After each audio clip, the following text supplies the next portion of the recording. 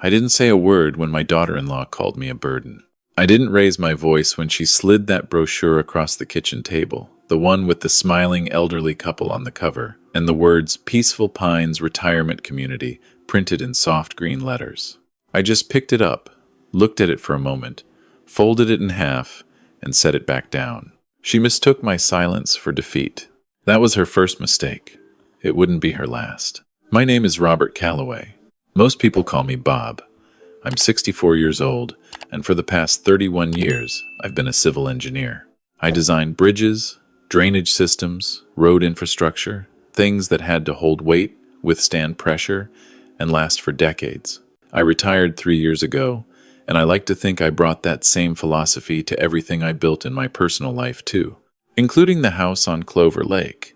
I bought that land back in 1989, when my wife Margaret and I were still in our early 30s. It was 12 acres of overgrown Virginia hillside with a creek running through the lower field and a view of the lake that made you forget every bad day you'd ever had. We didn't have much money back then. What we had was time and willingness to work. Every summer for 6 years, I poured concrete, laid flooring, framed walls, and roofed sections while Margaret painted, landscaped, and designed the interior with a patience and vision that I could never replicate. We built that house the way you build a marriage, slowly, carefully, with every piece chosen to last.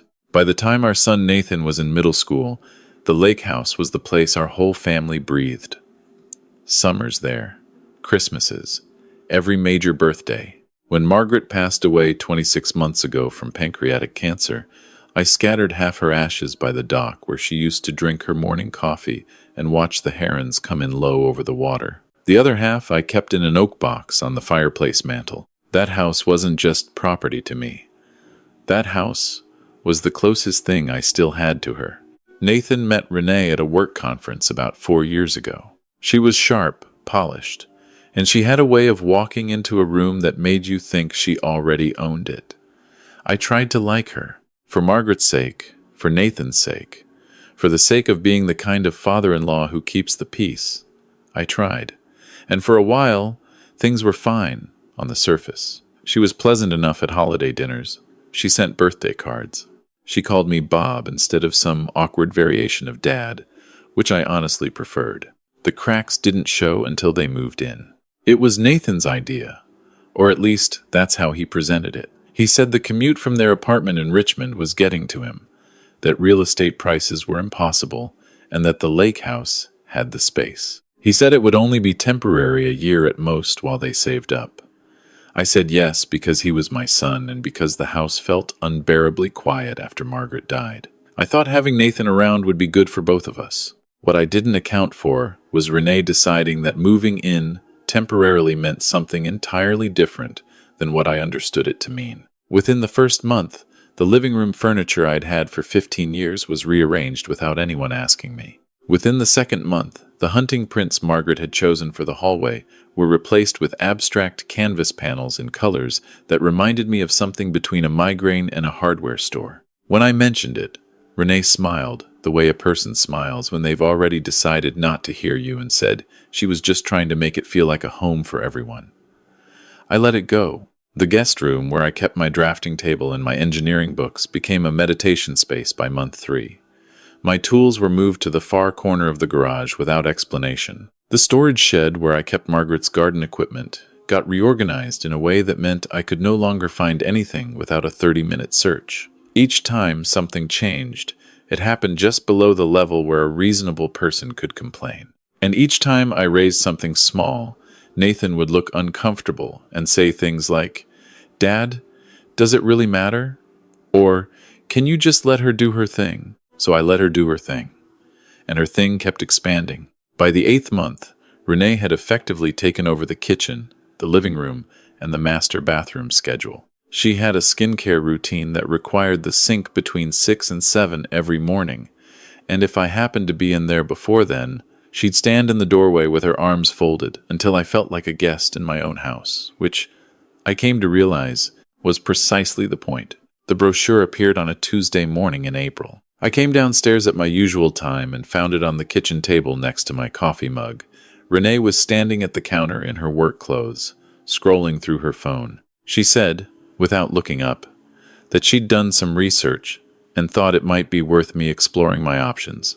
She said Peaceful Pines had a lakeside walking trail, group activities, and medical staff on site. She said it would be more appropriate for someone my age. Someone my age. I was 63 at the time. I ran 3 miles, 4 mornings a week. I had built half the load-bearing walls in the house we were standing in with my own hands. I asked her what exactly she thought was inappropriate about my current situation. She set her phone down and gave me a very patient, very rehearsed explanation about how Nathan and she were at a stage in their lives where they needed their own space to grow and how it was becoming difficult to plan for the future with me there. She said it gently, which is the cruelest way to say something like that. She made it sound reasonable. She made it sound like she was doing me a favor. I picked up the brochure. I looked at it. I folded it in half. I set it back down. I poured my coffee and went out to sit on the dock. Nathan came to find me that evening. He sat down next to me and didn't say anything for a while, which was how I knew Renee had already spoken to him, and this conversation had been rehearsed too. He told me that Renee had some concerns about our living dynamic. He said the word dynamic like he'd borrowed it from a book he'd never actually read. He said he thought it might be good for me to have more peer interaction, more structured support. He said Peaceful Pines came highly recommended. I asked him whose recommendation exactly. He didn't answer that. I asked him if he understood that I owned this house, that my name, and only my name, was on the deed, that I had built this house with my own hands while he was learning to ride a bicycle in the driveway. He said, of course, he knew that. He said this wasn't about ownership. He said this was about what was best for everyone. I thought about a lot of things in the silence after that. I thought about the fact that I had paid this house off entirely in 2003. I thought about the fact that Nathan and Renee paid no rent, no utilities, nothing. I thought about the fact that Margaret's ashes were 30 feet behind us on that mantle. I thought about all the things I wanted to say. Instead, I told Nathan I would think about it. And I did think about it. I thought about it very carefully for the next 2 weeks while I started making some phone calls. The first thing I did was call David Chen, the estate attorney who had handled Margaret's affairs. I explained the situation. He listened without interrupting, which is something I've always appreciated about David. When I was done, he was quiet for a moment, and then he said, "Bob, you understand that unless you've signed something, they have no legal claim to that property whatsoever." I told him I understood that perfectly. I told him I was calling because I wanted to understand what my options were if I decided to take this in a particular direction. We talked for an hour. What nobody in that house understood, what Renee especially did not understand, was that I had spent 30 years as an engineer. My entire career was built on reading structures, identifying stress points, and understanding exactly what happens when load-bearing elements are removed. I was very good at my job. And somewhere between Nathan's rehearsed speech by the lake and Renee's patient explanation about my options, something in me had shifted from quiet to calculating. I didn't let it show. That was important. Over the next several weeks, I kept my head down and my face neutral. I went to my morning runs. I came home, made my coffee, stayed out of the way. Renee seemed pleased by what she interpreted as acceptance. She started mentioning Peaceful Pines in passing, how lovely the grounds were, how active the social calendar was, how I would probably make friends quickly. She forwarded me emails from their admissions coordinator. She circled a unit on a floor plan map and left it on my nightstand. It was around this time that I started hearing things from Walt. Walt Bridger had lived on Clover Lake for 22 years, 3 properties down from mine. He was 71, a retired pharmacist, widower, and the kind of neighbor who knew everything about everybody without being the kind of person you could call a gossip. He just paid attention. He called me one afternoon while I was out walking the lower field, and he said, in that careful way of his, that he'd run into Renee at the community mailboxes, and she'd said something he thought I should know about. He told me she had told her that I was struggling with the loss of my wife, and that it had affected my judgment significantly. She told him that I had been having trouble keeping up with the property and that the family was trying to get me into a more supportive environment. She said she was worried about me And she said it with the kind of practiced concern that makes people believe you. Walt said, "I just wanted you to hear it from me, because it didn't sound right." I thanked him. I kept walking. I called David Chen again that evening.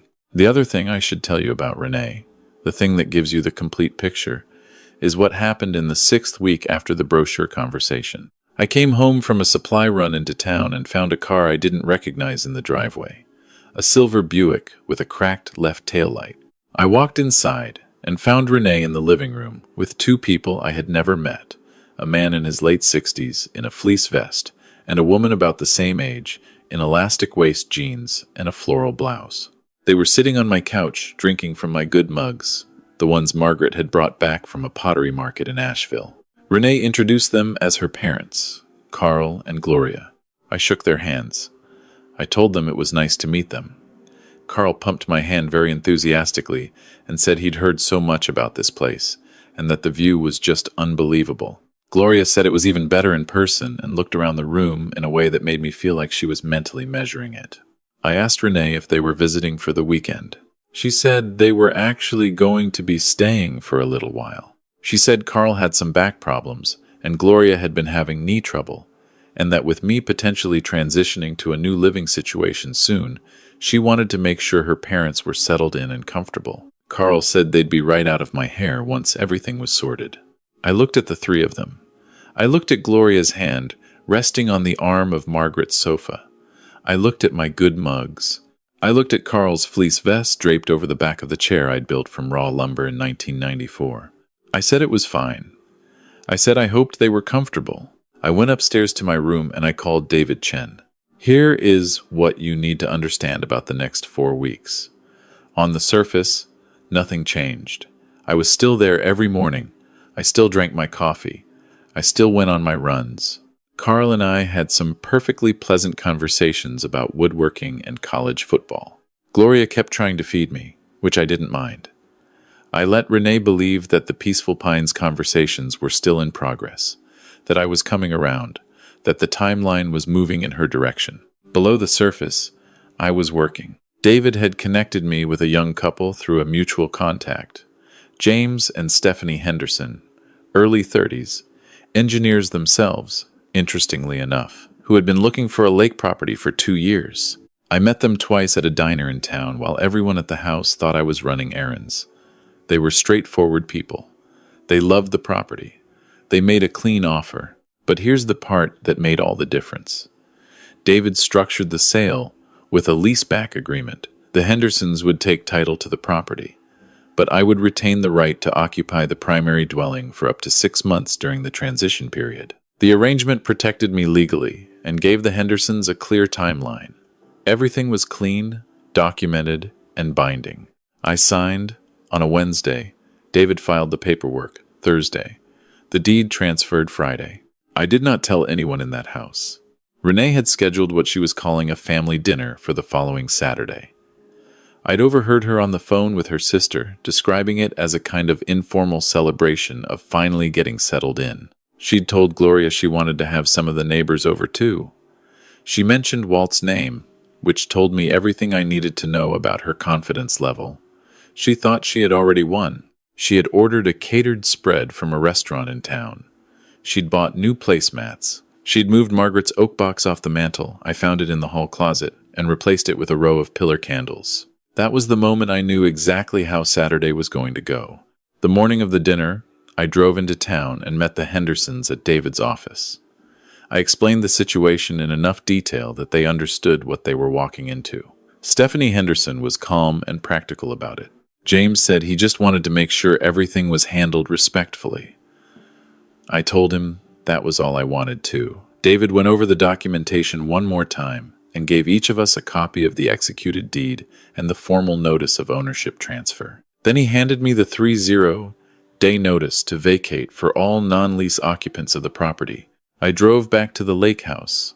I went in through the back. The caterers were setting up in the dining room.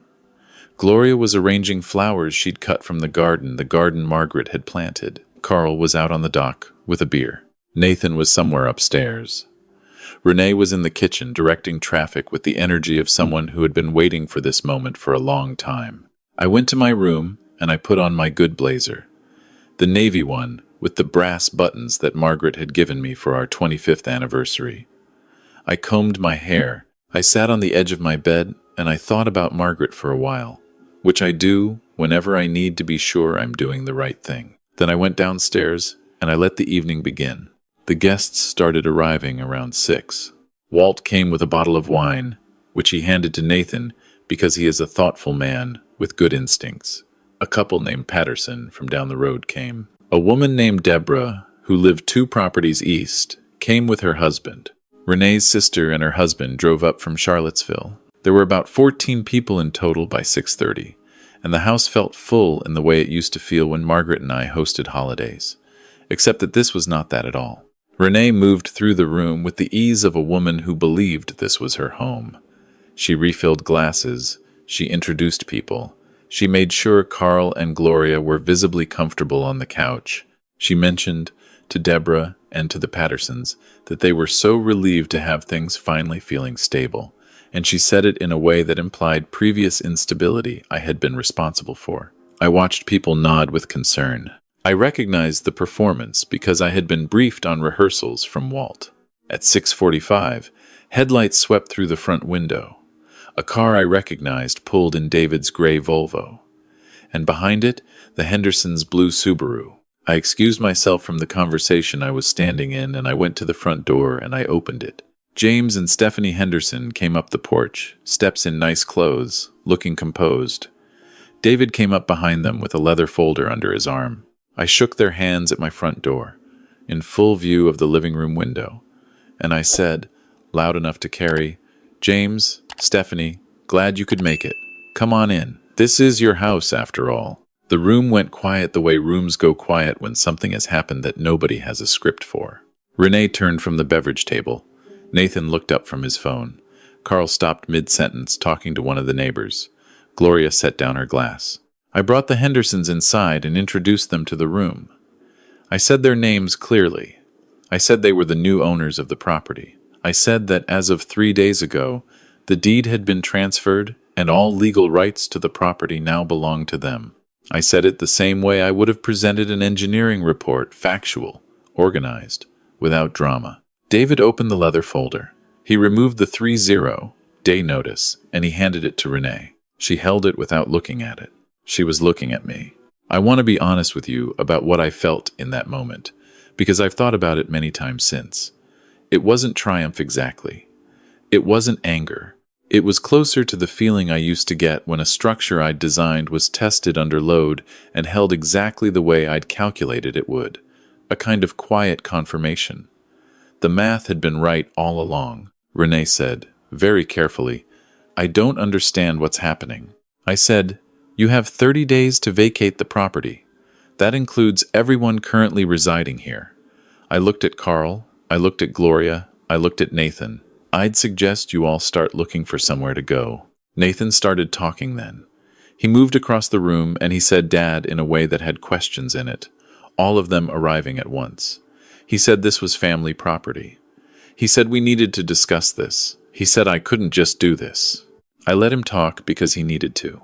He was my son and he was confused, and the confusion was honest, unlike most of what had happened in this house over the past several months. When he stopped, I said, "Nathan, I can do this. It's my property. My name has been on the deed since 1989. You've been living here without paying rent and without any legal claim to the house. I sold it to the Hendersons because that was my right to do. I'm sorry you're learning this tonight, but I want you to know this is not about you." I looked at Renee when I said that last part. The neighbors were doing the thing neighbors do, which was trying to look somewhere neutral in a room that had no neutral corners left. Walt caught my eye from across the room and gave me the smallest nod I have ever received from another human being. I will remember it for the rest of my life. Renee's sister took her husband's arm and walked toward the door with the judgment of someone who had suspected something like this for years. The Pattersons thanked the Hendersons politely and made their way out. People departed the way water drains steadily, quietly, until the room was only family. The catered food sat on the dining room table untouched. Carl was quiet now. Gloria was holding her phone with both hands like it was the only stable object in the world. Renee put the 30 day notice on the table next to the new placemats she'd bought, and she looked at Nathan and she said something to him in a low voice that I wasn't meant to hear. Nathan's expression shifted. He turned to me. He said, "Dad, where are you going to live?" It was the first question anyone had thought to ask about me in months. It struck me as both too late and exactly like him. He was not a bad person, my son. He had just been poor at choosing which voice in the room to listen to. I told him I had made arrangements. I told him I was moving to a small house I'd purchased on the other side of town, a place I'd been setting up quietly for the past 3 weeks. I told him it had a good workshop, a southern exposure, and enough room for everything that mattered to me. I told him the first thing I planned to move was the oak box from the hall closet, where someone had put it without asking me. Renee heard that. Her face did something complicated. I thanked James and Stephanie Henderson for making the drive out. I told them the property was in excellent condition. Structurally, I had built most of it myself, and I stood behind every joint and beam. I told them about the creek in the lower field, and the best time of year to see the herons come in over the water. Stephanie asked if she could get the name of the pottery place in Asheville where the mugs had come from. I told her it was a market, seasonal, but I'd find her the contact. I picked up my coffee from the counter, my last cup from that kitchen, and I walked toward the door. Renee said my name. I stopped. I turned around. She looked different from how she'd looked all evening. The performance had dropped off somewhere in the past 20 minutes, and what was underneath it was younger and less certain. She said she knew things had gotten complicated. She said she understood I was upset. She said she wanted me to know that the intentions had always been, and she stopped there, reconsidered, and started again. She said she needed help. She said the rental market was impossible. She said the 30 days was not enough time. She asked if I would consider giving them 60. She asked if I would consider lending Nathan some money to cover first and last month on an apartment. I looked at her for a long moment. I thought about the brochure on the kitchen table. I thought about Margaret's prints taken off the wall. I thought about my drafting table moved to a corner.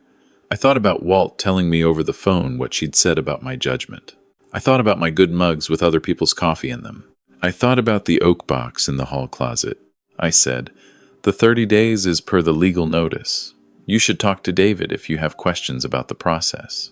And then I finished my coffee. I set the mug on the counter, and I walked out the front door of the house on Clover Lake for the last time as its owner. The drive to the new place took 22 minutes. I'd made it enough times in the past few weeks that I knew every turn. The house was smaller than the lake house, a 1,400 square foot craftsman on a quiet street with a deep front porch and a backyard that backed up to a wood line. I had spent 2 weekends cleaning and painting it. I had built a workbench in the garage. I had arranged my books the way I liked them, which is to say by subject and then by how often I expected to reach for them. The oak box was the first thing I'd moved.